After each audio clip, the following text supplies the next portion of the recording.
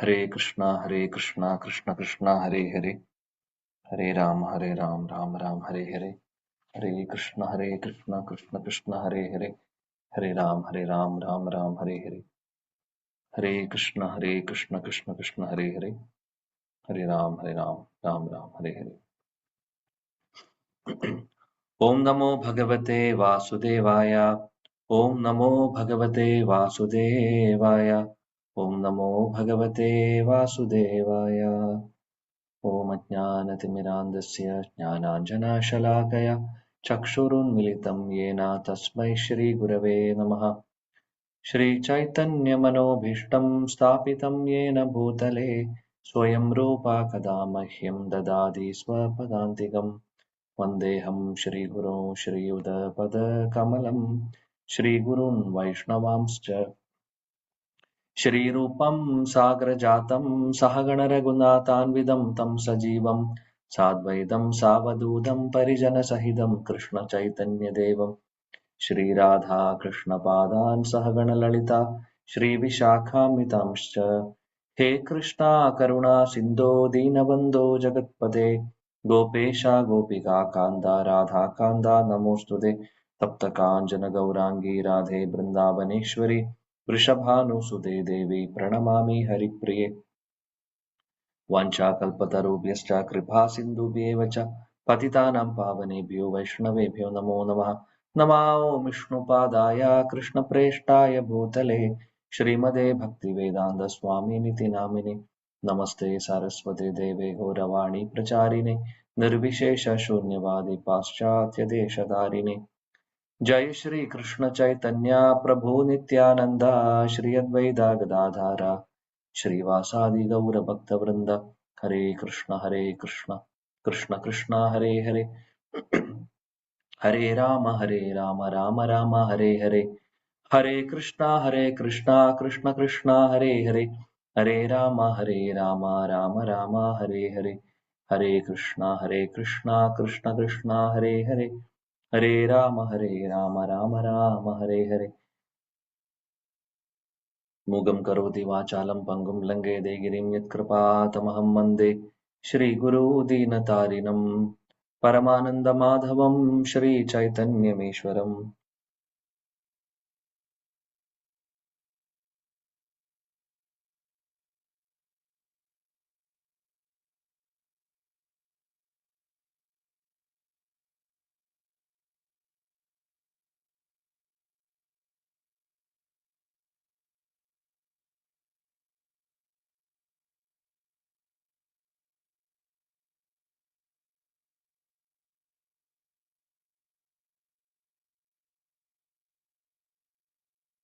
ഹരേ കൃഷ്ണ. പ്രിയപ്പെട്ട എല്ലാ ഭക്തർക്കും വിനീതമായ പ്രണാമം. അതിമനോഹരമായിട്ടുള്ള ഭീഷ്മ സ്തുതിയാണ് നമ്മളിപ്പോൾ പഠിച്ചു വരുന്നത്. കഴിഞ്ഞ 2 ക്ലാസ്സിലായിട്ട് എനിക്ക് തോന്നുന്നു നിങ്ങൾ ഓൾറെഡി തുടങ്ങിയിട്ടുണ്ടാവും. 32ാമത്തെ ശ്ലോകം, അധ്യായം 9, സ്കന്ധം 1, അധ്യായം 9, ശ്ലോകം നമ്പർ 32 മുതലാണ് ഭീഷ്മസ്തുതി ആരംഭിക്കുന്നത്. നമ്മൾ ഇന്ന് ചർച്ച ചെയ്യുന്നത് 3ാമത്തെ ശ്ലോകമാണ്, ഭീഷ്മസ്തുതിയിലെ 34ാമത്തെ ശ്ലോകം. അപ്പോൾ സാധാരണ ചെയ്യുന്ന പോലെ ശ്ലോകം വായിക്കും, അതിനുശേഷം വിവർത്തനവും ഭാവാർത്ഥവും ആർക്കെങ്കിലും വായിക്കാം. 3 പേർക്ക് ശ്ലോകം വായിക്കാം, അതിനുശേഷം വിവർത്തനം ഭാവാർത്ഥം അടുത്ത ഡിവോട്ടി വായിക്കുക. അതിനുശേഷം നമുക്ക് ചർച്ച ചെയ്യാം. സമയം കിട്ടുവാണെങ്കിൽ ഭീഷ്മസ്തുതി നമുക്ക് അവസാനം, ക്ലാസിന്റെ അവസാനം എല്ലാ ശ്ലോകങ്ങളും ഒരു പ്രാവശ്യം ചൊല്ലാം. ഹരേ കൃഷ്ണ. ശ്രീ ഭീഷ്മോവാച യുധിതുരഗരജോ വിധുമ്രവിശ്വ കചലുലിതാശ്രമവാര്യലം കൃതാസ്യേ മമ നിശിതശരേർ വിഭിദ്യമാനാ ത്വചി വിലസത് കവചേസ്തു കൃഷ്ണ ആത്മാ. युदितुरगरजो विधुम्रविश्व कचलुलिताश्रमवार्यलङ्कृतास्ये मम निशितशरेर्विभिद्यमाना त्वचि विलसत् कवचेस्तु कृष्ण ആത്മാ. ഓക്കെ, വായിച്ചോളൂ.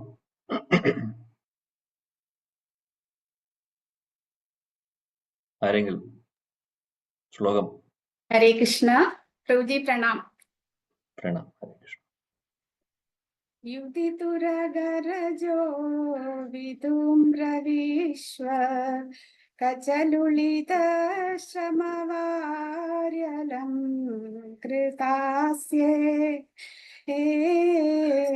മമ നിശിതശരൈർവിഭിദ്യമാനാ त्वचि विलसत्कवचेस्तु कृष्ण ആത്മാ. Very good, thank you. വേറെ ആരെങ്കിലും? ഹരേ കൃഷ്ണ. ഹരേ കൃഷ്ണ പ്രഭു. യുതിതുരഗരജോ വിധൂമ്രവിശ്വ കചലുളിതാശ്രമവാര്യലംകൃതാസ്യേ മമ നിശിതശരൈർവിഭിദ്യമാനാ त्वचि विलसत्कवचेस्तु कृष्ण ആത്മാ. Thank you. ആരെങ്കിലും? ഒരാളും കൂടെ.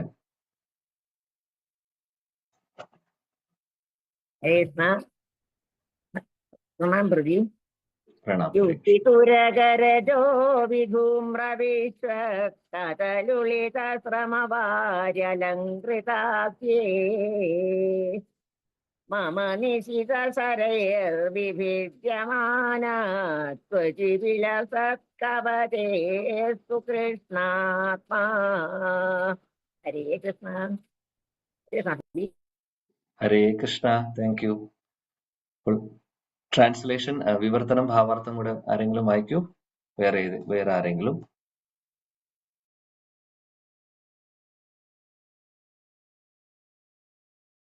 ഹരേ കൃഷ്ണ പ്രഭുജി.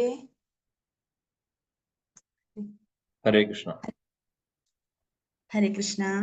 ഓം നമോ ഭഗവതേ വാസുദേവായ. വിവർത്തനം. ശ്രീകൃഷ്ണൻ മൈത്രി മൂലം അർജുനനെ അകമ്പടി സേവിച്ച രണാങ്കണത്തിൽ അശ്വങ്ങളുടെ കുളമ്പടിയാൽ ഉയർന്ന പൊടിപടലങ്ങളാൽ ശ്രീകൃഷ്ണ ഭഗവാന്റെ പാറിപ്പറക്കുന്ന കേശം ശാരനിറമായി മാറി. പരിശ്രമത്താൽ അവിടുത്തെ മുഖം വിയർപ്പ് തുള്ളികളാൽ നനഞ്ഞു കുതിർന്നു. എന്റെ നിശിത ശരങ്ങൾ ത്വക്കിലേർപ്പെടുത്തിയ ക്ഷതങ്ങളാൽ മിഴിവേറ്റപ്പെട്ട ഈ അലങ്കാരങ്ങളെല്ലാം അവിടുന്ന് ആസ്വദിച്ചു. അപ്രകാരം എന്റെ മനസ്സ് ശ്രീകൃഷ്ണനിൽ വ്യാപിക്കട്ടെ. ഹരേ കൃഷ്ണ പ്രഭുജി. ഭാവാർത്ഥം വായിച്ചോളൂ. ഹരേ കൃഷ്ണ. ഭാവാർത്ഥം. ജയ് ശ്രീല പ്രഭുപാദ്. ഭഗവാൻ സനാതനത്വം, പരമാനന്ദം, വിജ്ഞാനം എന്നിവയുടെ പരിപൂർണ സ്വരൂപനാകുന്നു. അതുപോലെ ശാന്തം, ദാസ്യം, സഖ്യം, വാത്സല്യം, മാധുര്യം എന്നീ 5 പ്രധാന ബന്ധങ്ങളിൽ ഏതെങ്കിലും ഒരു പ്രകാരത്തിലുള്ള അതീന്ദ്രിയ ഭഗവത് പ്രേമ ഭക്തിയുത സേവനം ആത്മാർത്ഥമായ പ്രേമത്താലും പ്രീതിയാലും ഭഗവാന് സമർപ്പിക്കപ്പെടുമ്പോൾ കൃപാപുരസ്സരം ഭഗവാൻ അത് സ്വീകരിക്കുന്നു. ശ്രീ ഭീഷ്മദേവൻ ഭഗവാന്റെ ദാസ്യഭാവത്തിലുള്ള മഹാഭക്തനാകുന്നു.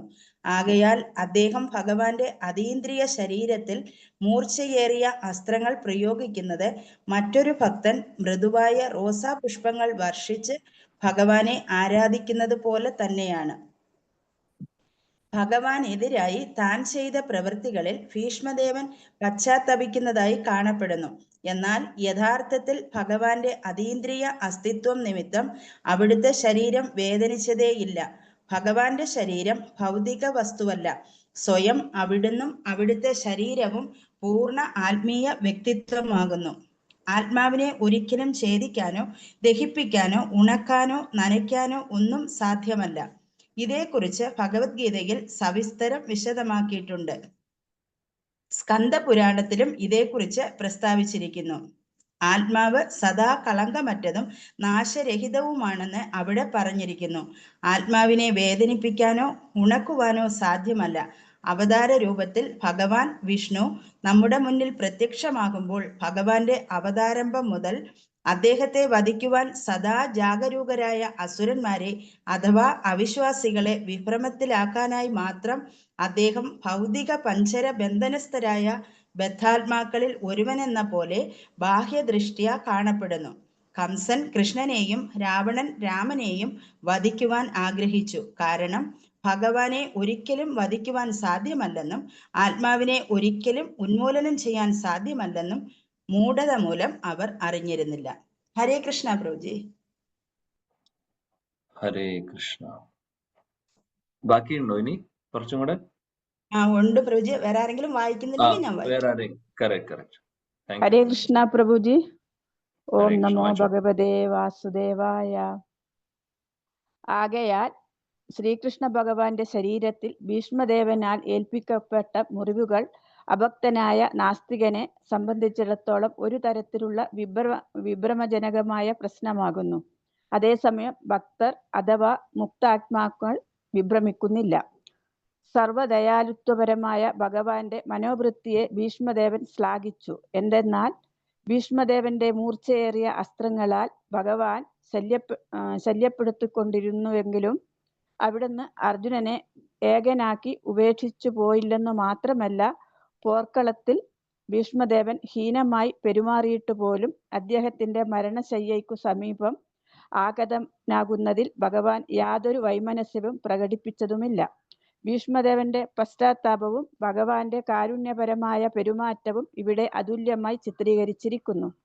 മഹാ ആചാര്യനും ഭഗവാന്റെ മാധുര്യരസത്തിലെ ഭക്തനുമായ ശ്രീ വിശ്വനാഥ ചക്രവർത്തി ഠാക്കൂർ ഇക്കാര്യത്തെ സംബന്ധിച്ച് അതിവിശിഷ്ടമായ അഭിപ്രായം പറഞ്ഞിരിക്കുന്നു. ഭീഷ്മദേവന്റെ കൂർത്ത അസ്ത്രങ്ങളാൽ ശരീരത്തിൽ സൃഷ്ടിക്കപ്പെട്ട മുറിവുകൾ ഭഗവാന്റെ ശരീരത്തെ കടിക്കുന്ന കാമാർത്തയായ പ്രതിശ്രുത വധുവിന്റെ പ്രവൃത്തി എന്ന പോലെ അത്രത്തോളം ഭഗവാനെ പ്രീതിപ്പെടുത്തുന്നതാണെന്ന് അദ്ദേഹം അഭിപ്രായപ്പെട്ടിരിക്കുന്നു. ശരീരത്തിൽ മുറിവേർപ്പെട്ടാലും അപ്രകാരം എതിർലിംഗത്തിൽ നിന്നും സ്നേഹരൂപേണ ലഭിക്കുന്ന ദംശനത്തെ ശത്രുതയുടെ അടയാളമായി കരുതാറില്ല. ആകയാൽ ഭഗവാനും അവിടുത്തെ ശുദ്ധഭക്തനും തമ്മിൽ അതീന്ദ്രിയ ആനന്ദവിനിമയമായി നടക്കുന്ന യുദ്ധം തീർത്തും അലൗകികമാണ്. മാത്രമല്ല ഭഗവാന്റെ ശരീരവും ഭഗവാനെ അഭിന്നമാകയാൽ പരമസ്വരൂപത്തിൽ മുറിവുണ്ടാക്കാനുള്ള യാതൊരു സാധ്യതയുമില്ല. കൂർത്ത അസ്ത്രങ്ങളാൽ സൃഷ്ടിക്കപ്പെട്ടതായി കാണപ്പെടുന്ന മുറിവുകൾ സാധാരണ മനുഷ്യനെ തെറ്റിദ്ധരിപ്പിക്കുന്നവയാണ്. എന്നാൽ പരിപൂർണമായ ജ്ഞാനത്തിൽ അല്പമെങ്കിലും അറിവുള്ള ഒരാൾക്ക് വീര്യരസത്തിലുള്ള ഈ അതീന്ദ്രിയ വിനിമയത്തെ മനസ്സിലാക്കാൻ കഴിയുന്നു. ഭീഷ്മദേവന്റെ മൂർച്ചയേറിയ ശരങ്ങളാൽ സൃഷ്ടിക്കപ്പെട്ട മുറിവുകളിൽ ശ്രീകൃഷ്ണ ഭഗവാൻ പരിപൂർണ സന്തുഷ്ടനായിരുന്നു. വിഭിദ്യമാന എന്ന പദം അർത്ഥവത്ത ആകുന്നു. എന്തെന്നാൽ ഭഗവാന്റെ ത്വക്ക് ഭഗവാനിൽ നിന്ന് വിഭിന്നമല്ല. നമ്മുടെ ത്വക്ക് നമ്മുടെ ആത്മാവിൽ നിന്നും ഭിന്നമാകയാൽ നമ്മുടെ കാര്യത്തിൽ വിഭിദ്യമാന, അതായത് പരിക്കേൽക്കുകയും ഛേദിക്കുകയും ചെയ്യൽ എന്ന പദം തികച്ചും അനുയോജ്യമായിരിക്കും. അതീന്ദ്രിയ പരമാനന്ദം വൈവിധ്യമാർന്നതാകുന്നു. ഭൗതിക ലോകത്തിലെ നാനാവിധ പ്രവർത്തനങ്ങൾ അതീന്ദ്രിയ പരമാനന്ദത്തിന്റെ വൈകൃത പ്രതിഫലനങ്ങളാണ്. ലൗകിക ലോകത്തെ സർവ്വതും ഗുണപരമായി ലൗകികമാകുന്നു. അത് മുഴുവനും മതിമയക്കുന്നതാണ്. അതേസമയം പരമധാമത്തിൽ സർവ്വതും ഒരേ പരിപൂർണ നിരപേക്ഷ ഗുണത്തിലുള്ളതാകുന്നു. തന്നിമിത്തം അവിടെ മതിമയക്കമില്ലാത്ത നിരവധി വൈവിധ്യമാർന്ന ആസ്വാദനങ്ങളുണ്ട്. മഹാഭക്തനായ ഭീഷ്മദേവനാൽ സമ്മാനിതമായ മുറിവുകൾ ഭഗവാൻ ആസ്വദിക്കുന്നു. ഭീഷ്മദേവൻ വീര്യരസത്തിലുള്ള ഭക്തനായതിനാൽ അദ്ദേഹം ആ മുറിവേറ്റ അവസ്ഥയിലുള്ള കൃഷ്ണനിൽ തന്റെ മനസ്സ് ഉറപ്പിക്കുന്നു. ഹരേ കൃഷ്ണ. താങ്ക് യു പ്രഭുജി. ഹരേ കൃഷ്ണ. Thank you. മനോഹരമായിട്ടുള്ള ഭീഷ്മ പിതാമഹന്റെ പ്രാർത്ഥന സ്തുതി അതിമനോഹരം. ഭീഷ്മ പിതാമഹൻ അങ്ങനെ ശരശയിൽ കിടക്കുന്ന സമയത്ത് ഭഗവാനെ ഓർക്കുന്നു. ഭഗവാനെ ഓർത്തുകൊണ്ട് അതുവരെ നടന്നിട്ടുള്ള കാര്യങ്ങളെല്ലാം അദ്ദേഹം ഓർത്തുകൊണ്ട് ഭഗവാനെ സ്തുതിക്കുകയാണ് ചെയ്യുന്നത്. ഇവിടെ പറയുന്നു യുധി തുരക രജോ വിധുമ്ര വിശ്വക് കച്ചലുലിത ശ്രമവാരി അലങ്കൃതാസ്യേ. ഭഗവാന്റെ ആ സൗന്ദര്യം ഇവിടെ വർണ്ണിക്കുന്നു. അതായത് ഭഗവാൻ സുന്ദരനാണ്. അധരം മധുരം വദനം മധുരം നയനം മധുരം ഹസിതം മധുരം. എല്ലാം മധുരമാണ് ഭഗവാന്റെ. ഹൃദയം മധുരം ഗമനം മധുരം മധുരാധിപതേ അഖിലം മധുരം. എല്ലാം മധുരമാണ് ഭഗവാന്റെ. അദ്ദേഹത്തിന്റെ അധരമാവട്ടെ, വദനമാവട്ടെ, നയനമാവട്ടെ, ചിരിയാവട്ടെ, ഹസിതമാവട്ടെ, ഹൃദയം പറയേണ്ട ആവശ്യമില്ല, മധുരമാണ്. കാരുണ്യവാനാണ്, കാരുണ്യമൂർത്തി സ്വരൂപമാണ്. ഗമനം, അദ്ദേഹത്തിന്റെ നടത്തവും വളരെ മധുരമാണ്. മധുരാധിപതി അഖിലം മധുരം. ഭഗവാൻ എല്ലാം ഭഗവാന്റെ ശരീരത്തിന്റെ ഭാഗമാണെങ്കിലും അല്ലെങ്കിൽ ഭഗവാന്റെ ലീലകളാവട്ടെ എല്ലാം തന്നെ അതിമധുരമാണ്. ഇവിടെ ഭീഷ്മ പിതാമഹൻ യുദ്ധക്കളത്തിൽ നിൽക്കുന്ന ആ കൃഷ്ണന്റെ രൂപത്തെയാണ് ഓർക്കുന്നത്. യുദ്ധക്കളത്തിൽ അർജുനന്റെ ഭാഗത്ത് ഭീഷ്മ പിതാമഹൻ ഓപ്പോസിറ്റ് ഭാഗത്താണ്, കൗരവരുടെ പക്ഷത്തിലാണ്. ഇവിടെ നിൽക്കുന്നു അർജുനനും അർജുനന്റെ പ്രിയപ്പെട്ട സാരഥി പാർത്ഥസാരഥി കൃഷ്ണനും ഈ വശത്ത്. അപ്പോൾ ഭീഷ്മ പിതാമഹന് നേരിട്ട് കാണാൻ സാധിക്കുകയാണ് ചെയ്യുന്നത്. ഒരു ആചാര്യൻ പറയുന്നു, എന്തുകൊണ്ട് ഭീഷ്മ പിതാമഹൻ ഓപ്പോസിറ്റ് പാർട്ടിയിൽ യുദ്ധം ചെയ്തു എന്നുള്ളതിന് ഒരുപാട് എക്സ്പ്ലനേഷൻ ഉണ്ട്. അതിൽ ഒരു എക്സ്പ്ലനേഷൻ ഇങ്ങനെയാണ്, അതായത് കൃഷ്ണനെ നേരിട്ട് കണ്ടുകൊണ്ട് അദ്ദേഹത്തിന്റെ സേവനം ചെയ്യാനുള്ള ഒരു ആഗ്രഹം അദ്ദേഹത്തിന് ഉണ്ടായിരുന്നു എന്നുള്ളത്. ഭഗവാനെ നേരിട്ട് കണ്ടിട്ടാണ് അദ്ദേഹം, കൺമുമ്പിൽ കണ്ടുകൊണ്ടാണ് അദ്ദേഹം യുദ്ധം ചെയ്യുന്നുണ്ടായിരുന്നത്. കൂട്ടത്തിൽ ഇപ്പോൾ മരണക്കിടക്കയിൽ ശരശയിൽ കിടക്കുന്ന സമയത്ത് അതേ ഭഗവാൻ തന്നെ മുമ്പിൽ വന്ന് നിൽക്കുവാണ്. അപ്പോൾ അദ്ദേഹം ഓർക്കുകയാണ് ചെയ്യുന്നത് എന്തൊക്കെയാണ് അവിടെ സംഭവിച്ചത് എന്നുള്ളത്. അപ്പോൾ ആ സമയത്ത് ഇദ്ദേഹം പറയുന്നു, യുദ്ധകളത്തിൽ നമുക്കറിയാം യുദ്ധം എന്ന് പറയുന്നത് സാധാരണ ഒരു സംഭവം ആയിരുന്നില്ല. കുരുക്ഷേത്ര യുദ്ധം എന്ന് പറയുന്നത് ലോകമഹായുദ്ധത്തെക്കാൾ വലിയ യുദ്ധമായിരുന്നു. 60 കോടി ആളുകളായിരുന്നു യുദ്ധകളത്തിലുണ്ടായിരുന്നത് പറയുന്നു. ഒരുപാട് ആളുകളുണ്ടായിരുന്നു. അതേപോലെ ആളുകൾ മാത്രമല്ല, സൈന്യം മാത്രമല്ല, കൂട്ടത്തിൽ കുതിരകൾ അതേപോലെ തന്നെ കോടിക്കണക്കിന് ആനകൾ, രഥങ്ങൾ ഒരുപാട്. അല്ലെ, ഈ ആളുകളൊക്കെ ഇത്രയും ആളുകളുണ്ടെങ്കിൽ അത്രയും രഥങ്ങളും വേണം. സോ നമുക്ക് ചിന്തിക്കാൻ പോലും പറ്റാത്ത ഒരു സീനാണ് അത് ആക്ച്വലി. അതിന്റെ ഇടയിലാണ് ഭഗവത്ഗീത കൃഷ്ണൻ പറഞ്ഞു കൊടുക്കുന്നത് അർജുനന്. അതിന്റെ ഇടയിലാണ് ഇപ്പോൾ ഭീഷ്മ പിതാമഹൻ ആ കണ്ടിട്ടുള്ള ആ കാഴ്ച അദ്ദേഹം ഓർക്കുന്നത്, എന്തൊക്കെ സംഭവിച്ചു എന്നുള്ളത്.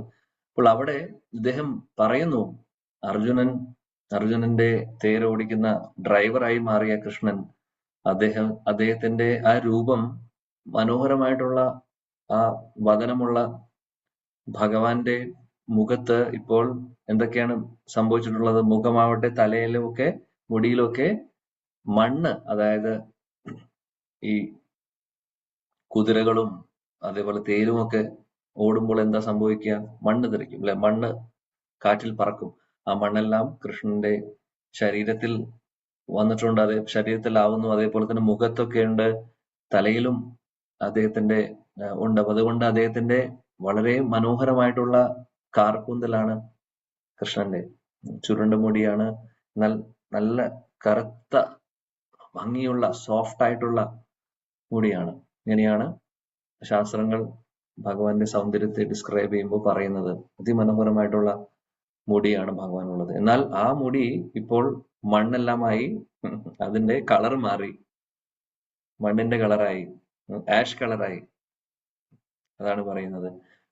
കരിമീ പൊടിയെല്ലാം വന്ന്. അത് മാത്രമല്ല, ഭഗവാന്റെ മുഖത്ത് വിയർപ്പ് തുള്ളികൾ, ആ വിയർപ്പ് തുള്ളികളെ ഇവിടെ ഭീഷ്മ പിതാമഹൻ ഓർക്കുവാണ്. അതായത് അതിമനോഹരമായിട്ടുള്ള ഡിസൈനിൽ ആണ് വിയർപ്പ് തുള്ളികളുള്ളത്. നമ്മുടെ വിയർപ്പ് പോലെയല്ല ഭഗവാന്റെ വിയർപ്പ്.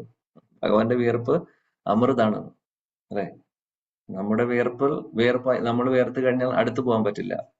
ഭഗവാന്റെ വിയർപ്പിന് ഈ ലോകം പോട്ടെ, ഈ ക്രിയേഷനിലുള്ള ഏറ്റവും നല്ല സുഗന്ധം എന്താണോ അതായിരിക്കും. സോ ആ സുഗന്ധം മാത്രമല്ല കാണാനും ഭംഗിയുണ്ട്. ഇവിടെ പറയുന്നു ഇതെല്ലാം അലങ്കരിച്ച പോലെയാണ്. മുടി കാണാൻ ഒരുപാട് ഭംഗി, കാര്യം കറുത്ത മുടിയാണ് അദ്ദേഹത്തിന്റെ. എന്നാൽ ഇപ്പോൾ കളർ മാറി, അതും ഒരുപാട് ഭംഗി. കാര്യം ഭഗവാനുമായിട്ട് സംബന്ധിച്ച എന്തും ഏത് സിറ്റുവേഷനിലും അത് അതിമനോഹരമായിരിക്കും.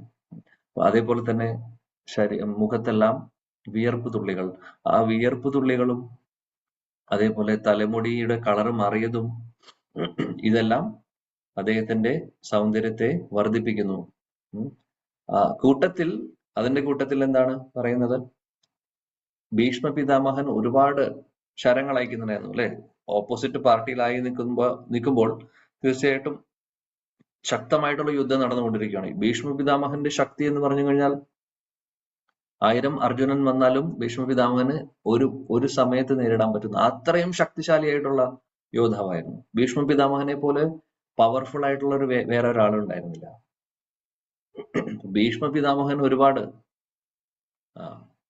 കാര്യം, പ്രത്യേകിച്ചും അവസാനം നമുക്കറിയാം ആ സ്റ്റോറിയിലേക്ക് പോകുന്നില്ല. അർജുനൻ ദുര്യോധനോട് 5 ശരങ്ങൾ ചോദിക്കുന്നതും അത് ഭീഷ്മ പിതാമഹൻ പാണ്ഡവരെ കൊല്ലാൻ വേണ്ടി എടുത്തു വെച്ചിട്ടുണ്ടായിരുന്ന അതിലെല്ലാ ശക്തിയും അദ്ദേഹം സ്വരൂപിച്ചുകൊണ്ട് എടുത്തു വെച്ചതായിരുന്നു. പക്ഷെ ഭഗവാൻ കൃഷ്ണന്റെ ആ ഒരു അദ്ദേഹത്തിന്റെ ലീലയുടെ ഭാഗമായി അദ്ദേഹം അത് മാറ്റുന്നു അല്ലെ? അർജുനൻ പോയി ചോദിക്കുന്നു. അങ്ങനെ അതിനുശേഷം അടുത്ത ദിവസം ഭീഷ്മ പിതാമഹൻ പറയുവാണ് ഇതെല്ലാം ആ കൃഷ്ണന്റെ ആ കൂടെയുള്ള കൃഷ്ണൻ പാർത്ഥസാരഥിയുടെ കാര്യമാണ്. ആ പാർത്ഥസാരഥി കൃഷ്ണനാണ് ഇതെല്ലാം ചെയ്യുന്നത്. അതുകൊണ്ട് ഇനി ഞാൻ വെറുതെ വിടാൻ പോകുന്നില്ല. യുദ്ധത്തിൽ ആയുധം എടുക്കില്ല എന്നായിരുന്നു കൃഷ്ണൻ പ്രതിജ്ഞ എടുത്തിട്ടുള്ളത്. ആ പ്രതിജ്ഞ ഞാനിന്ന് തെറ്റിക്കും എന്ന് ആര് വ്രതമെടുത്തു? ഭീഷ്മ പിതാമഹൻ വ്രതമെടുത്തു. കൃഷ്ണന്റെ പ്രോമിസ്, കൃഷ്ണന്റെ വ്രതം ഞാൻ തെറ്റിക്കും, കൃഷ്ണന്റെ വാക്ക് ഞാൻ അത് കൃഷ്ണനെ കൊണ്ട് ഞാൻ ആയുധം എടുപ്പിക്കും എന്നുള്ള തീരുമാനം ഭീഷ്മ പിതാമഹൻ എടുത്തു. അപ്പോൾ അതുകൊണ്ടാണ് ഇനി നമ്മൾ മുന്നോട്ടുള്ള ശ്ലോകങ്ങളിൽ കാണാം കൃഷ്ണൻ ആയുധം എടുക്കും. കാര്യം കൃഷ്ണന്റെ ശുദ്ധഭക്തൻ, പരമശുദ്ധഭക്തനായിട്ടുള്ള ഭീഷ്മ പിതാമഹൻ അങ്ങനെ ഒരു ആഗ്രഹം ഉണ്ടെങ്കിൽ കൃഷ്ണന്റെ പ്രോമിസ് മാറ്റിവെച്ച് ഭക്തന്റെ പ്രോമിസ് നടത്തി കൊടുക്കും. അതാണ് ഭഗവാൻ. ഇതെല്ലാം ഇനി മുന്നോട്ട് കാണും. പറഞ്ഞത് എന്തുകൊണ്ടാണെന്ന് വെച്ചാൽ ഈ അന്നത്തെ ദിവസം, ആ ദിവസം ഭീഷ്മ പിതാമഹന്റെ അത് പവർഫുൾ ആയിട്ടുള്ള ഫൈറ്റ് ആയിരുന്നു. അതായത് ഒന്നും ചെയ്യാൻ പറ്റുന്നില്ല. അർജുനൻ ശബ്ദം മാത്രമേ കേൾക്കുന്നുണ്ടായിരുന്നുള്ളൂ ശരങ്ങളുടെ. അർജുനെ കാണാൻ പോലും സാധിക്കുന്നുണ്ടല്ലേ? അർജുനൻ പറയുന്നുണ്ട്, കൃഷ്ണ എനിക്കൊന്നും മനസ്സിലാവുന്നില്ല, ഒന്നും മനസ്സിലാവുന്നില്ല. അത്രയും വേഗത്തില്, അതായത് മനസ്സിന്റെ വേഗത്തിലായിരുന്നു ശരങ്ങൾ വരുന്നുണ്ടായിരുന്നത് ഭീഷ്മ പിതാമഹന്റെ അവിടുന്ന്. കൃഷ്ണൻ പറഞ്ഞു ഒന്നും ചെയ്യാൻ പറ്റില്ല, എനിക്കറിയില്ല. കൃഷ്ണൻ എന്നിട്ട് അങ്ങോട്ടും ഇങ്ങോട്ടും മാനേജ് ചെയ്യുന്നു. കുറെ ശരങ്ങൾ കൃഷ്ണനും ഏറ്റുവാങ്ങി. കാര്യം എന്താണ്? അർജുനെ പ്രൊട്ടക്ട് ചെയ്യണം. അർജുനെ പ്രൊട്ടക്ട് ചെയ്യലാണ് കൃഷ്ണന്റെ പ്രൈമറി ഡ്യൂട്ടി, വേറെ ഒന്നുമല്ല. അതായിരുന്നു അദ്ദേഹം ചെയ്തുകൊണ്ടിരുന്നത്. അപ്പോൾ കുറെ ശരങ്ങൾ അദ്ദേഹത്തിന്റെ ശരീരത്തിലും സ്പർശിച്ചിട്ടുണ്ട്. അങ്ങനെ അവിടെ മുറിഞ്ഞിട്ടുണ്ട്. അതാണ് ഭീഷ്മ പിതാമഹൻ ഓർക്കുന്നത്. അങ്ങനെ ചിലപ്പോൾ ചോരയെല്ലാം വരുന്നുണ്ട് പല സ്ഥലങ്ങളിലും. എന്നാൽ ഇതെല്ലാം കൃഷ്ണൻ അത് ആഭൂഷണമായിട്ട് അദ്ദേഹം എടുക്കുന്നു.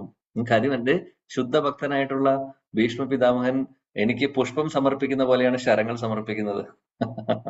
അതാണ് ഇവിടെ നമ്മുടെ ആചാര്യന്മാര് പറയുന്നത്. ചില വിശ്വനാഥ് ചക്രവർത്തി ഠാക്കൂർ ആയാലും ശീലപ്രഭുപാജിയും മറ്റുള്ള ആചാര്യന്മാരും അത് പുഷ്പങ്ങൾ സമർപ്പിക്കുന്ന പോലെയാണ് കൃഷ്ണൻ എടുത്തിട്ടുള്ളത്. ഇതെല്ലാം ഈ ഒരു സീൻ ആണ് ഭീഷ്മ പിതാമഹന്റെ കണ്ണിൽ വരുന്നത്. അദ്ദേഹം അത് ഓർക്കുന്നു. ആ ഒരു സിറ്റുവേഷൻ ഓർത്ത് ഭഗവാനോട് പ്രാർത്ഥിക്കുകയാണ് സ്തുതിയിൽ. ഓ ഭഗവാനെ, ആ സുന്ദര രൂപം, ആ കൃഷ്ണൻ ആവട്ടെ എന്റെ മനസ്സിൽ ഇപ്പോൾ, അതായത് സദാസമയം വരേണ്ടത്. ആ കൃഷ്ണന്റെ രൂപത്തെ അദ്ദേഹം ധ്യാനിക്കുന്നു.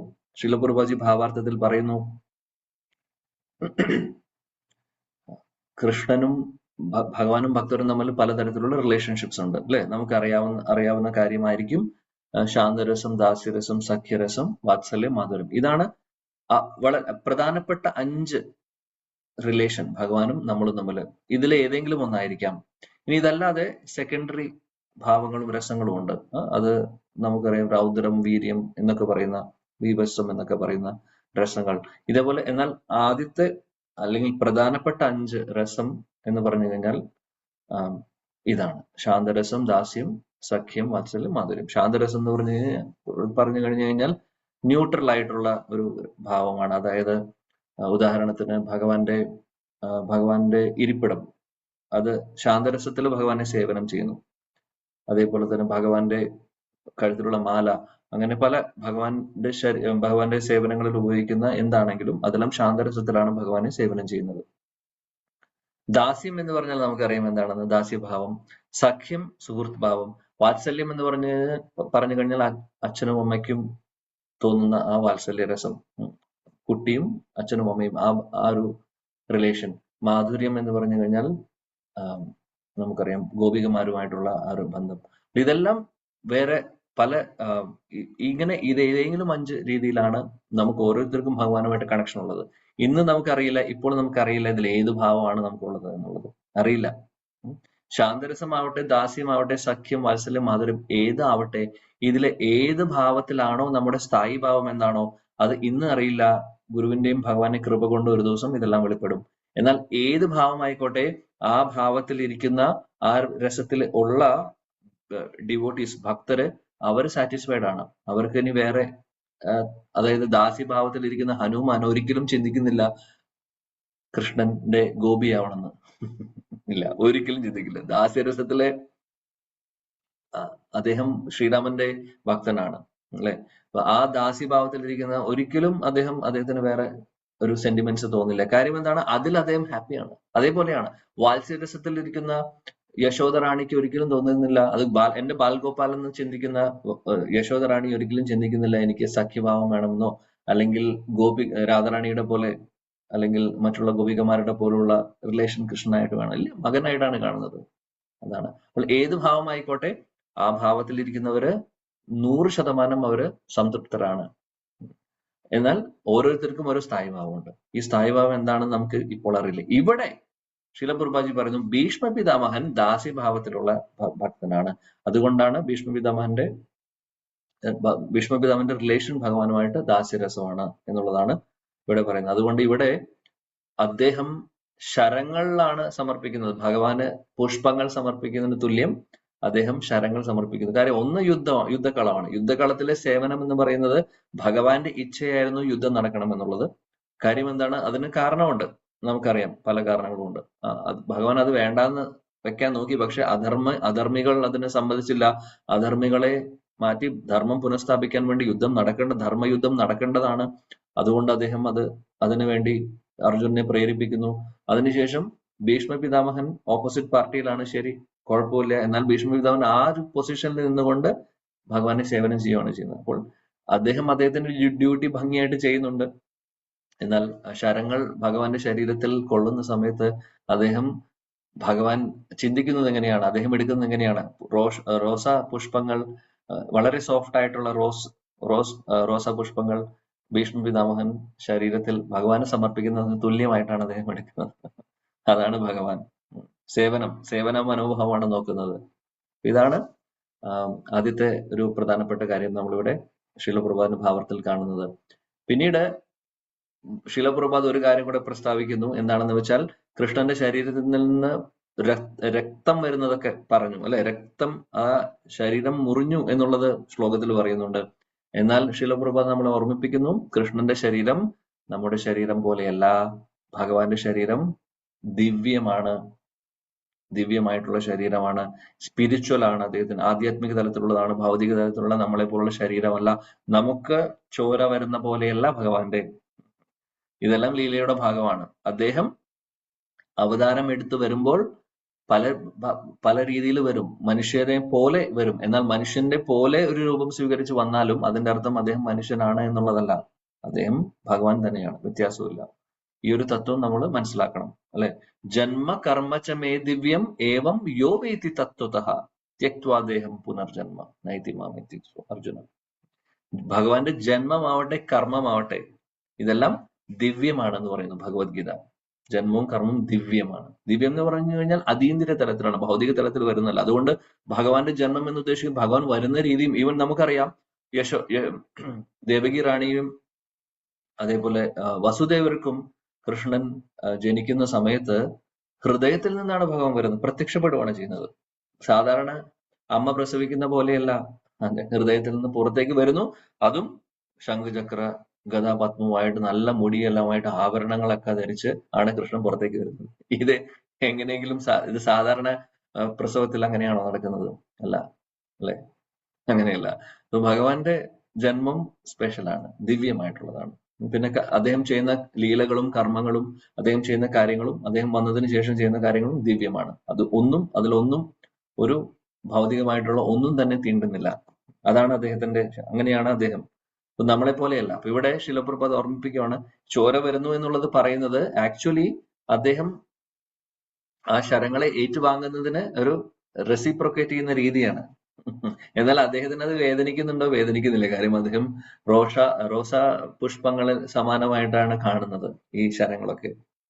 അതിമനോഹരം.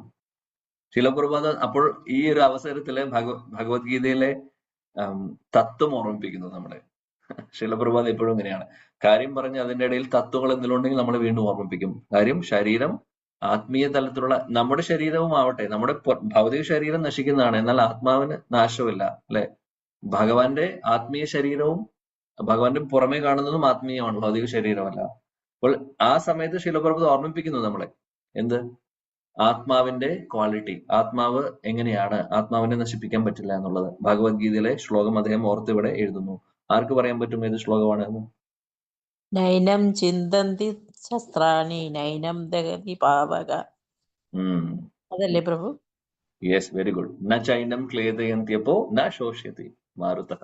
വെരി ഗുഡ്, അത് തന്നെ. 2:23 അവിടെ പറയുന്നു ആത്മാവിനെ ഒരു തരത്തിലും, അതായത് അതിനെ നശിപ്പിക്കാൻ സാധിക്കില്ല, അതിനെ മുറിക്കാൻ സാധിക്കില്ല, അസ്ത്രങ്ങൾ ഉപയോഗിച്ചിട്ടോ അല്ലെങ്കിൽ കത്തിക്കാൻ സാധിക്കില്ല. അതേപോലെ ഇതെല്ലാം പറയുന്നു. വെള്ളം കൊണ്ട് നനയ്ക്കാനും സാധിക്കില്ല, ഒരു തരത്തിലും അതിനെ ഒന്നും ചെയ്യാൻ സാധിക്കില്ല. ആത്മാവ് എന്ന് പറയുന്നത് ആത്മീയ തലത്തിലുള്ള കാര്യമാണ്. ഭൗതികമായിട്ടുള്ള ഇതെല്ലാം ഒന്നും ഉപയോഗിച്ചും ഒന്നും ചെയ്യാൻ സാധിക്കില്ല. അതാണ് ആ തത്വത്തെ നമ്മൾ ഓർമ്മിപ്പിക്കുന്നത്. അപ്പോൾ നമ്മുടെ ആത്മാവ് അല്ലെങ്കിൽ നമ്മൾ എന്ന് പറയുന്ന ആത്മാവ്, ആത്മാവിന്റെ ക്വാളിറ്റി ഇങ്ങനെയാണെങ്കിൽ ഭഗവാന്റെ ശരീരം എന്ന് പറയുന്നത് ഏത് ലെവലിലായിരിക്കും? ഒരു തരത്തിലും അതുകൊണ്ട് അത് സാധാരണ ഒരു മനുഷ്യന് മുറിയുന്ന പോലെയല്ല. അപ്പൊ ഇതാണ് പലപ്പോഴും മായാവാദികളൊക്കെ പറയുന്ന അവരുടെ ജസ്റ്റിഫിക്കേഷൻ. ആണ് ഭഗവാന്റെ ലീലയിൽ നോക്കൂ, ശരീരത്തിൽ നിന്ന് രക്തം വരുന്നു നമ്മളെ പോലെ. അതിന്റെ അർത്ഥം ഭഗവാന് ഭൗതിക ശരീരമാണുള്ളത്. അതിന്റെ അർത്ഥം ഭഗവാൻ അവതാരമായിട്ട് വരുമ്പോൾ, അതായത് ഭഗവാൻ ബ്രഹ്മജ്യോതിയാണ്, രൂപമില്ല. എന്നാൽ ഇടയ്ക്ക് രൂപമില്ലാത്ത ഭഗവാൻ കാര്യം എങ്ങനെ രൂപത്തിലേക്ക് കൊണ്ടുവരാൻ സാധിക്കും? അദ്ദേഹം സർവ്വചരാചരങ്ങളിലും ഉണ്ടല്ലോ. അങ്ങനെയുള്ള ഒരു വ്യക്തിയെ ഒരു രൂപത്തിലേക്ക് കൊണ്ടുവരാൻ സാധിക്കുമോ എന്നുള്ളതാണ് അവരുടെ വാദം. എന്നിട്ട് പറയുന്നു രൂപമില്ലാത്ത ആ ഭഗവാൻ അവതാരത്തിന്റെ ഭാഗമായിട്ട് രൂപമെടുത്ത് വരുന്നു.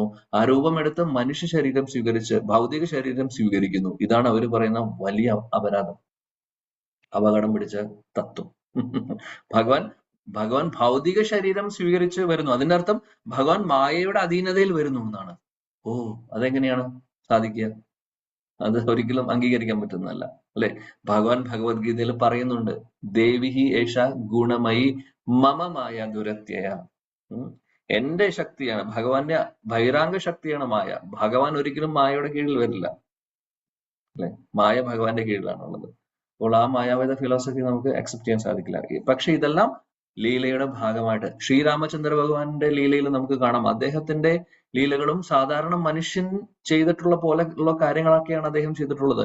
ആ സമയത്ത് അദ്ദേഹം സാധാരണ ഒരു മനുഷ്യനാണോ? അല്ല, ഭഗവാനാണ് അദ്ദേഹം. പരമദിവ്യോത്തമ പുരുഷൻ കൃഷ്ണൻ തന്നെയാണ് ശ്രീരാമൻ, വ്യത്യാസമില്ല. എന്നാൽ ഇവിടെ ശില പ്രഭുപാദ് പറയുന്നു, ഇങ്ങനെ പല നാസ്തികർക്കും ആസുരഭാവമുള്ളവർക്കും അങ്ങനെയുള്ളവരെ അവരെ ഒന്ന് കൺഫ്യൂസ് ചെയ്യിപ്പിക്കാൻ വേണ്ടി ഭഗവാൻ ഇതുപോലെയൊക്കെ ചെയ്യും. അപ്പോൾ ഭക്തർക്ക് ഇത് മനസ്സിലാവും, ഭക്തർക്ക് മനസ്സിലാവാത്ത കാര്യമല്ല. അഭക്തർക്കും അല്ലെങ്കിൽ നാസ്തികർക്കും ഒന്നും ഇത് മനസ്സിലാവില്ല, ഒരു കൺഫ്യൂഷൻ ആവും. അവർ പല പല കാര്യങ്ങളും പറയും. അവജാനന്തി മാമൂട മാനുഷ്യം താനും ആശ്രിതം. ഭഗവാൻ ഭഗവത്ഗീതയിൽ പറയുന്നു. അതായത് അറിവില്ലാത്തവര്, അവജാനന്തി മാ മൂഢര്, മാനുഷ്യം താനും ആശ്രിതം, എന്റെ ശരീരം വെറും മനുഷ്യ ശരീരമാണ്, ഞാൻ വെറും മനുഷ്യനാണെന്ന് ചിന്തിക്കുന്നു. എന്നാൽ എന്റെ പരംഭാവം അജാനന്ദോ മമ ഭൂതപര മഹേശ്വരം. എന്നാൽ എന്റെ ആ പരമമായിട്ടുള്ള ആ ഒരു രൂപമാവട്ടെ, ഭാവമാവട്ടെ, ഞാൻ ആധ്യാത്മിക ലോകത്തിൽ നിന്ന് വരുന്ന ആധ്യാത്മിക ശരീരം അല്ലെങ്കിൽ സ്പിരിച്വൽ ആയിട്ടുള്ള എന്നെ അവര് ചിന്തിക്കുന്നത്, മൂഢര് എന്ത് ചിന്തിക്കുന്നു? മാനുഷ്യം താനും ആശ്രിതം, ഞാൻ ഒരു സാധാരണ ഒരു മനുഷ്യ ശരീരം സ്വീകരിച്ചു വരുന്നു എന്നുള്ളത് ഭഗവാൻ നേരിട്ട് പറയുന്നതാണ് ശ്ലോകങ്ങളിൽ, ഭഗവത്ഗീതയിൽ പറയുന്നു. അപ്പോൾ തീർച്ചയായിട്ടും സാധാരണ നമ്മളെ പോലെയല്ല ഭഗവാന്റെ ശരീരം എന്നുള്ളത്. എന്നാൽ ഇവിടെ ഭീഷ്മ പിതാമഹന്റെ ആ ഒരു സർവീസിൽ അദ്ദേഹത്തിന്റെ ശരീരത്തിൽ മുറിവുകൾ വരുന്നത് പോലെ നമുക്ക് കാണാൻ സാധിക്കുന്നു. എന്നാൽ അത് ഭഗവാൻ എൻജോയ് ചെയ്യുന്നു. അതാണ് ഇവിടെ ശ്ലോകത്തിൽ പറയുന്നത്. ഭഗവാൻ എൻജോയ് ചെയ്യുമായിരുന്നു അത്, ആ ഒരു സേവനം, ഭീഷ്മ പിതാമഹന്റെ സേവനം.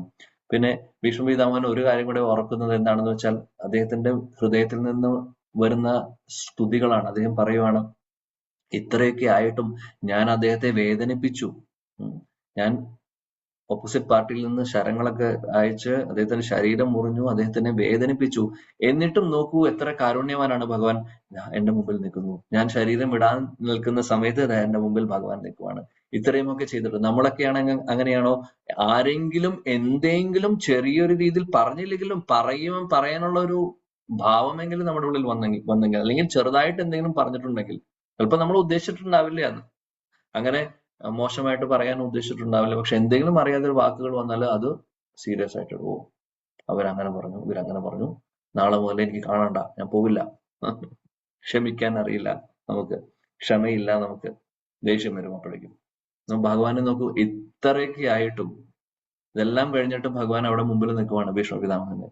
കാര്യം അദ്ദേഹത്തിന്റെ ആഗ്രഹമായിരുന്നു ശരീരം വിടുന്ന സമയത്ത് ഞാൻ എന്റെ ആരാധ്യ പുരുഷൻ മുമ്പിൽ വേണം എന്നുള്ളത്, അത് സാധിപ്പിച്ചു കൊടുക്കുന്നു. അപ്പോൾ എന്ത് ഭീഷ്മ പിതാമഹൻ ചെയ്തു? ഈവൻ എന്തിനു പറയണം, ഓക്കെ, അത് പുഷ്പം പോലെ ആണെങ്കിൽ പോലും എക്സ്റ്റേണലി നോക്കുമ്പോൾ അദ്ദേഹത്തിന്റെ ശരീരത്തിൽ നിന്ന് ചോര വരുന്നുണ്ടായിരുന്നു, വേദന ഉണ്ടായിരുന്നു, അല്ലെ? വേദന ഉണ്ടെന്ന് നമുക്ക് പ്രതീക്ഷിക്കാം, കാര്യം അദ്ദേഹത്തിന്റെ ലീലയുടെ ഭാഗമായിട്ടാണെങ്കിൽ പോലും. എന്നാൽ അതൊന്നും അദ്ദേഹം കാര്യമാക്കിയിട്ടില്ല. ഓപ്പോസിറ്റ് പാർട്ടി ആയിരുന്നു ഭീഷ്മ പിതാമഹൻ എന്നും ചിന്തിച്ചിട്ടില്ല. അദ്ദേഹം എന്റെ ഭക്തനാണ്, അതുകൊണ്ട് ഞാൻ അദ്ദേഹത്തിന്റെ ആഗ്രഹം പോലെ ഞാൻ നടത്തി കൊടുക്കുവാണെന്ന് പറഞ്ഞ് അദ്ദേഹം വരുവാണ് ചെയ്യുന്നത്. സോ ആ കാരുണ്യത്തെ കുറിച്ചും ഭീഷ്മ പിതാമഹൻ ഓർത്ത് സന്തോഷിക്കുകയാണ്. ഓ, ഇത്രയും കാരുണ്യവാനായിട്ടുള്ള പരമദിവ്യോത്തമ പുരുഷൻ ഭഗവാൻ ആണല്ലോ എന്നുള്ളത്. സോ ഭഗവാൻ ഒരുപാട് കാരുണ്യമുള്ളതാണ്, ഒരുപാട് കൃപ അദ്ദേഹം നമുക്ക് തരുന്നുണ്ട്. നമ്മൾ അർഹിക്കുന്നില്ല ഭഗവാന്റെ കൃപയും കാരുണ്യത്തിനും, അതാണ് കാര്യം. നമുക്ക് അർഹതയില്ല, നമുക്ക് ഒരു അർഹതയുമില്ല. ഭഗവാൻ നമ്മൾ എത്ര അദ്ദേഹത്തിൽ നിന്ന് മാറി നടക്കാൻ നോക്കിയാലും അദ്ദേഹം നമ്മളെ വിടുന്നില്ല, പിന്നാലെ വരുന്നുണ്ട്. എത്രയോ ജന്മജന്മാന്തരങ്ങളായിട്ട് നമ്മൾ വിമുഖരായിട്ടിരിക്കുകയാണ്, എന്നാലും ഭഗവാൻ വന്ന് വിളിക്കുന്നു നമ്മളെ, നമ്മുടെ കൂടെ നിന്ന് പുറകെ നിന്നുകൊണ്ട് അല്ലെങ്കിൽ അടുത്ത് നിന്നുകൊണ്ട് പ്രതീക്ഷിക്കുകയാണ്, ഇന്നെങ്കിലും ഈ ഭക്തൻ എന്റെ അടുത്തേക്ക് തിരിയുമെന്നുള്ളത്. ആ പ്രതീക്ഷയിലാണ് അദ്ദേഹം. നമ്മുടെ കൂടെ കൃമിയുടെ ശരീരത്തിൽ ഇരിക്കുന്ന സമയത്തും ഭഗവാൻ കൂടെ ഉണ്ടായിരുന്നു. നമ്മൾ കൊതുവായിട്ട് ഉണ്ടായിരുന്ന സമയത്തും ഭഗവാൻ നമ്മുടെ കൂടെയുണ്ട്. മനുഷ്യരായിട്ടിരിക്കുമ്പോഴും ഉണ്ട് കൂടെ, എപ്പോഴും ഉണ്ട് കൂടെ. നമ്മളാണെങ്കിൽ തിരിഞ്ഞു നോക്കൂ, ഇല്ല. അതാണ് ഭഗവാന്റെ മഹാകൃപ. അതിദയാലുവാണ് കൃഷ്ണൻ. ഹരേ കൃഷ്ണ. അതാണ് പിന്നീട് ഇവിടെ ശില പ്രഭുപാദ് വിശ്വനാഥ് ചക്രവർത്തി ഠാക്കൂറിന്റെ ഒരു എക്സ്പ്ലനേഷൻ പറയുന്നുണ്ട്. ഒരു അതായത് സ്ത്രീയും പുരുഷനും, അതായത് ലവേഴ്സിന്റെ കുറിച്ച് ഞാൻ അത് എക്സ്പ്ലനേഷൻ ഇവിടെ പറയുന്നില്ല. നിങ്ങളെല്ലാവരും വായിച്ചു കേട്ടു. അതിനെ പ്രോപ്പർ ആയിട്ടുള്ള ഒരു രീതിയിൽ മനസ്സിലാക്കുക. ഉദ്ദേശിക്കുന്നത് ശീല വിശ്വനാഥ് ചക്രവർത്തി ഠാക്കൂറിന്റെ ലെവൽ ഹൈ ലെവലാണ്. അദ്ദേഹം രസിക് വൈഷ്ണവനാണ്. അദ്ദേഹം ഇവിടെ പറയുന്നത് അങ്ങനെയുള്ള ആ സാഹചര്യങ്ങളിൽ ഉണ്ടാവുന്ന എന്തെങ്കിലും വേദന ഉണ്ടെങ്കിലും ആ വേദനയായിട്ടല്ല തോന്നുന്നത്, എന്നാൽ അത് സ്നേഹത്തിന്റെ ഒരു എക്സ്പ്രഷൻ ആയിട്ടാണ് എടുക്കേണ്ടത് എന്നുള്ളതാണ് പറയുന്നത്. അതേപോലെ ഭീഷ്മപിതാവിന്റെ ശരങ്ങൾ കൊണ്ട് ഭഗവാന്റെ ശരീരത്തിൽ പതിയുന്ന സമയത്ത് അത് സ്നേഹത്തിന്റെ ഒരു എക്സ്പ്രഷൻ ആണ്, അല്ലാതെ അത് വേദനിപ്പിക്കാൻ വേണ്ടിയിട്ടുള്ളതല്ല. ഭഗവാൻ അങ്ങനെ എടുത്തിട്ടുമില്ല. അതാണ് ഇവിടെ പറയുന്നത് ശില വിശ്വനാഥ് ചക്രവർത്തി ഠാക്കൂർ. അപ്പോൾ ഇതൊക്കെയാണ് നമുക്ക് ഓർക്കാൻ പറ്റുന്ന വിഷയങ്ങൾ. ഈ ഒരു ശ്ലോകത്തിൽ അതിമനോഹരമായിട്ടുള്ള ഭീഷ്മസ്തുതിയാണ് ഭീഷ്മപിതാമഹന്റെ ഹൃദയത്തിൽ നിന്ന് വരുന്ന പ്രാർത്ഥനകളാണ്. ഭഗവാനെ കണ്ടുകൊണ്ടാണ് അദ്ദേഹം ചെയ്യുന്നത്. ഭാഗ്യവാനാണ് അദ്ദേഹം. കാര്യം ശരീരം വിടുന്ന സമയത്ത് നമ്മുടെ ഇഷ്ടദേവൻ മുമ്പിൽ നിൽക്കുന്നു. എന്തായിരിക്കും ആ ഒരു ഭാഗ്യം എന്ന് ചിന്തിച്ചു നോക്കൂ. അപ്പോൾ ഇതെല്ലാം നമുക്ക് ഓർക്കാവുന്നതാണ്. ഭീഷ്മപിതാമഹനെ പോലെ ശുദ്ധഭക്തരാവാൻ വേണ്ടി നമുക്കും പ്രാർത്ഥിക്കാം. ഭീഷ്മപിതാമഹനെ പോലെ ഒരവസരം നമുക്കും ലഭിക്കട്ടെ. ഭഗവാൻ നേരിട്ട് നമ്മുടെ മുമ്പിൽ ഈ രൂപത്തിൽ നിൽക്കുവാണെങ്കിൽ അതിഗംഭീരം. അങ്ങനെയാണെങ്കിൽ അടുത്ത പ്രാവശ്യം വ്യാസദേവൻ അടുത്ത യുഗത്തിലോ അല്ലെങ്കിൽ അടുത്ത കൽപ്പത്തിലോ വീണ്ടും ഭാഗവതം എഴുതുന്ന സമയത്ത് നമ്മുടെ പേരും അതിൽ വരും. ഹരേ കൃഷ്ണ. ഞാൻ തമാശ പറഞ്ഞെന്ന് മാത്രം.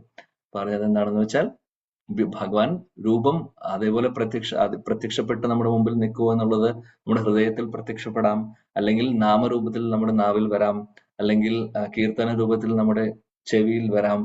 അപ്പോൾ തീർച്ചയായിട്ടും ഇതെല്ലാം ഭഗവാൻ വരുന്നത് തന്നെയാണ്. സോ ഏതെങ്കിലും രീതിയിൽ ഭഗവാനെ ഓർക്കുവാനും ഭഗവാനെ കുറിച്ച് ചിന്തിക്കുവാനും ഉള്ള ഒരു അവസരം നമുക്ക് കിട്ടുക മരണസമയത്ത് എന്നുള്ളതാണ് ഏറ്റവും വലിയ പരീക്ഷ. അതിനു വേണ്ടിയിട്ടുള്ള തയ്യാറെടുപ്പിലാണ് നമ്മൾ ഇപ്പോൾ പ്രാക്ടീസ് ചെയ്തുകൊണ്ടിരിക്കുന്നത്. സോ ഭഗവാന്റെ കാരുണ്യം കൊണ്ട് നമുക്ക് എല്ലാവർക്കും അതിന് സാധിക്കട്ടെ. അതിന് സാധിക്കണമെങ്കിൽ നിത്യം ഭാഗവത സേവയാ. നിത്യവും ഭാഗവതം സേവിക്കുക.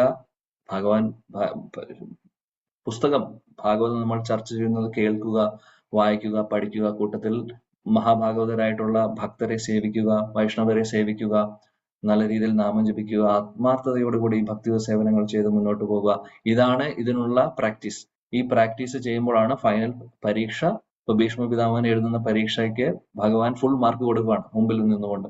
അതേപോലെ നമുക്കും പൂർണ്ണമായിട്ടും ഫുൾ മാർക്ക് കിട്ടും. അത് ആ ഉറപ്പ് ഭഗവാൻ തരുന്നുണ്ട്. സോ അതുകൊണ്ട് നമ്മളെല്ലാവരും പ്രാർത്ഥിക്കുക. അത് പ്രാർത്ഥനയുടെ കൂടെ തന്നെ നമ്മൾ അതിനു വേണ്ടി ആത്മാർത്ഥമായിട്ട് ശ്രമിക്കുകയുമാണ്. വിനയത്തോടുകൂടി ഭഗവാന് സമർപ്പിച്ചുകൊണ്ട്, നമ്മുടെ ശക്തി കൊണ്ടും നമ്മുടെ സാധനം കൊണ്ടും ഭഗവാനെ കിട്ടില്ല.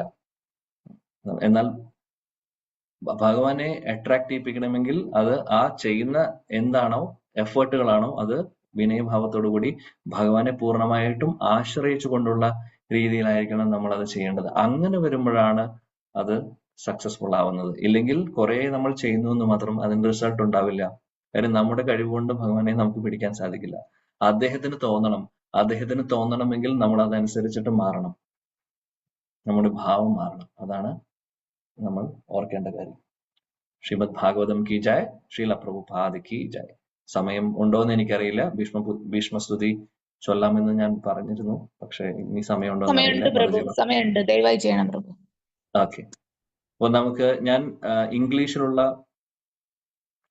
ഇത് ഷെയർ ചെയ്യുന്നു. ഇംഗ്ലീഷ് പുസ്തകം ഇല്ലാത്തവർക്ക് കാണാം, സോ ഫോളോ ചെയ്യാം. എല്ലാവരും മ്യൂട്ടാക്കി വെച്ചാൽ മതി. എല്ലാവരും എവിടെയാണ് ഇരിക്കുന്നത് അവിടെ ഇരുന്ന് പാടിക്കോളൂ. ഭാഗവതം ഉള്ളവര് Bhagavatam കയ്യിലെടുക്കുക.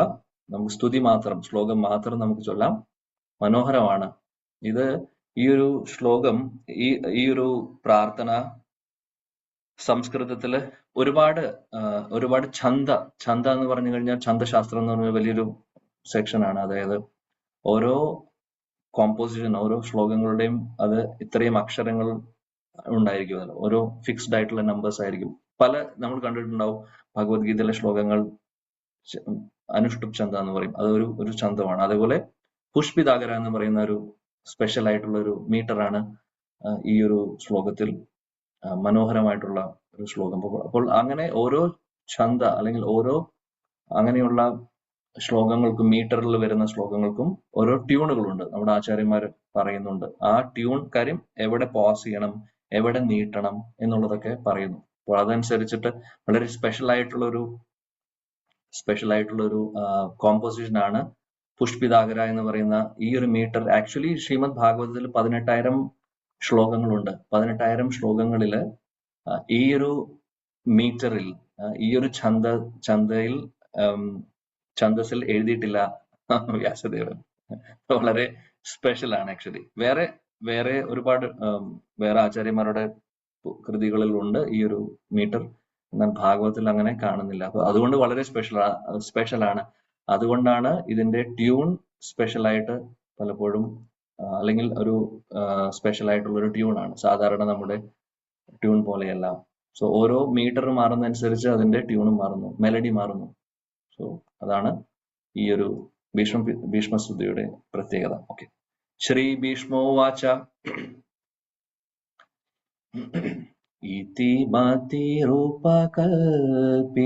വിതൃഷ്ണാ Bhagavathi സാത്വത പുംഗവേ വിഭൂമ്നി സ്വസുഖമുപഗതേ ക്വചിത് വിഹർത്തും പ്രകൃതിമുപേയുഷി യദ്ഭവാ പ്രവാഹ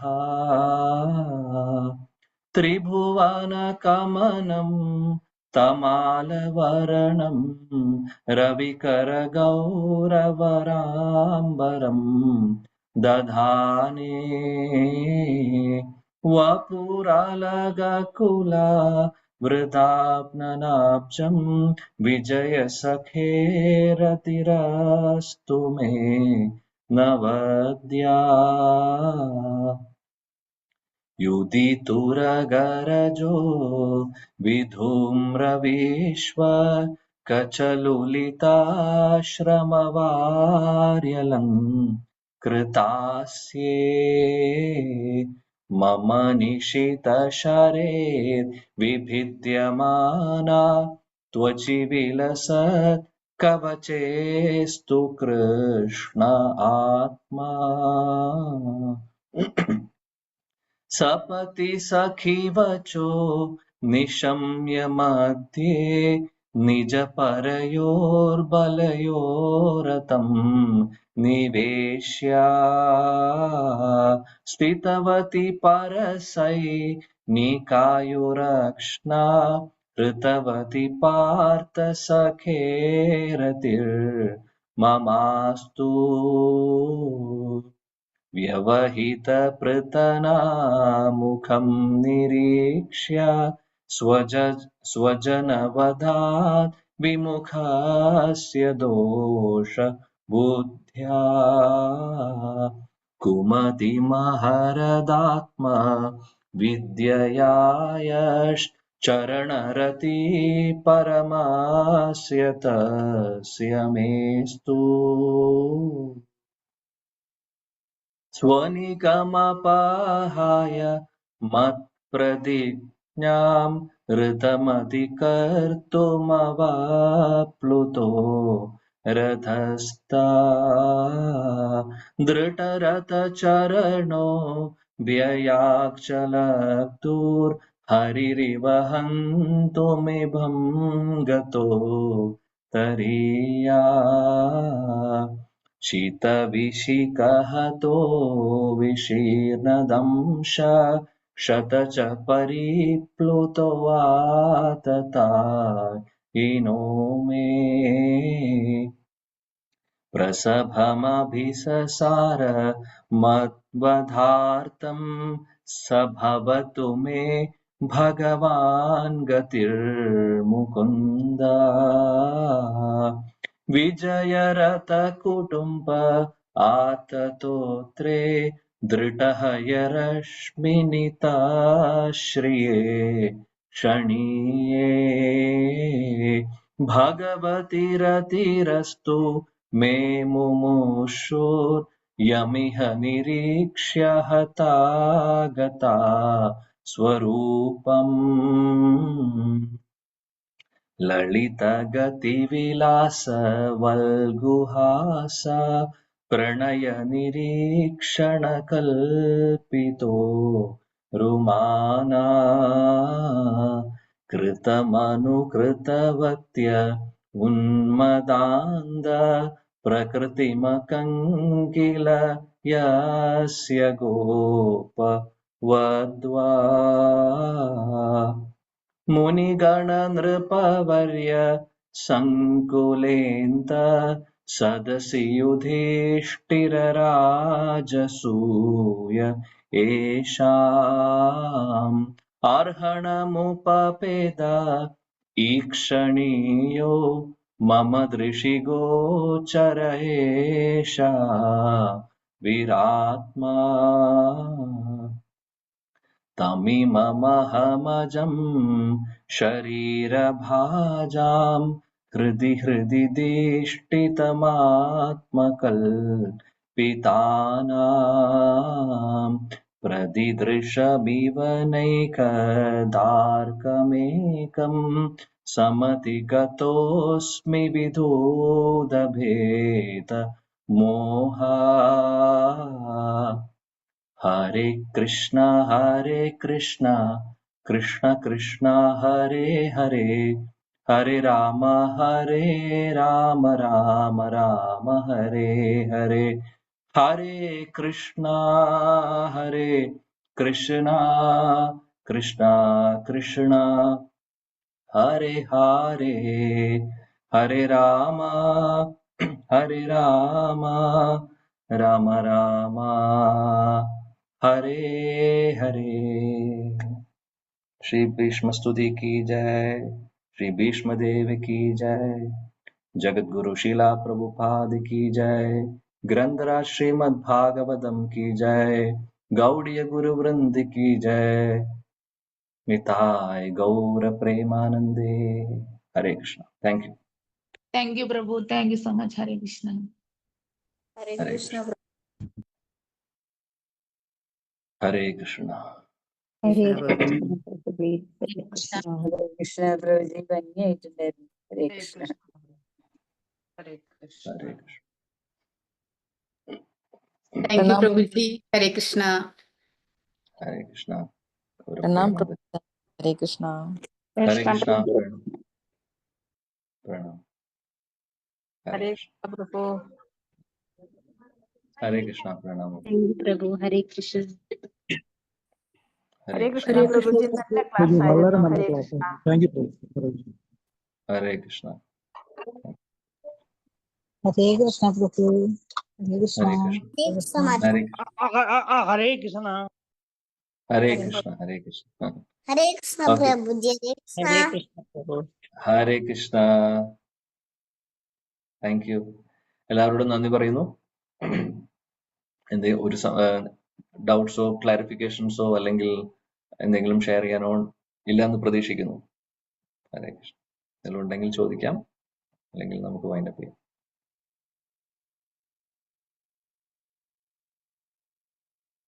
okay, thank U.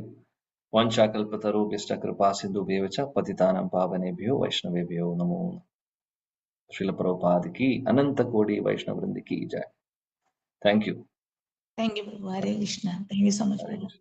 Thank you.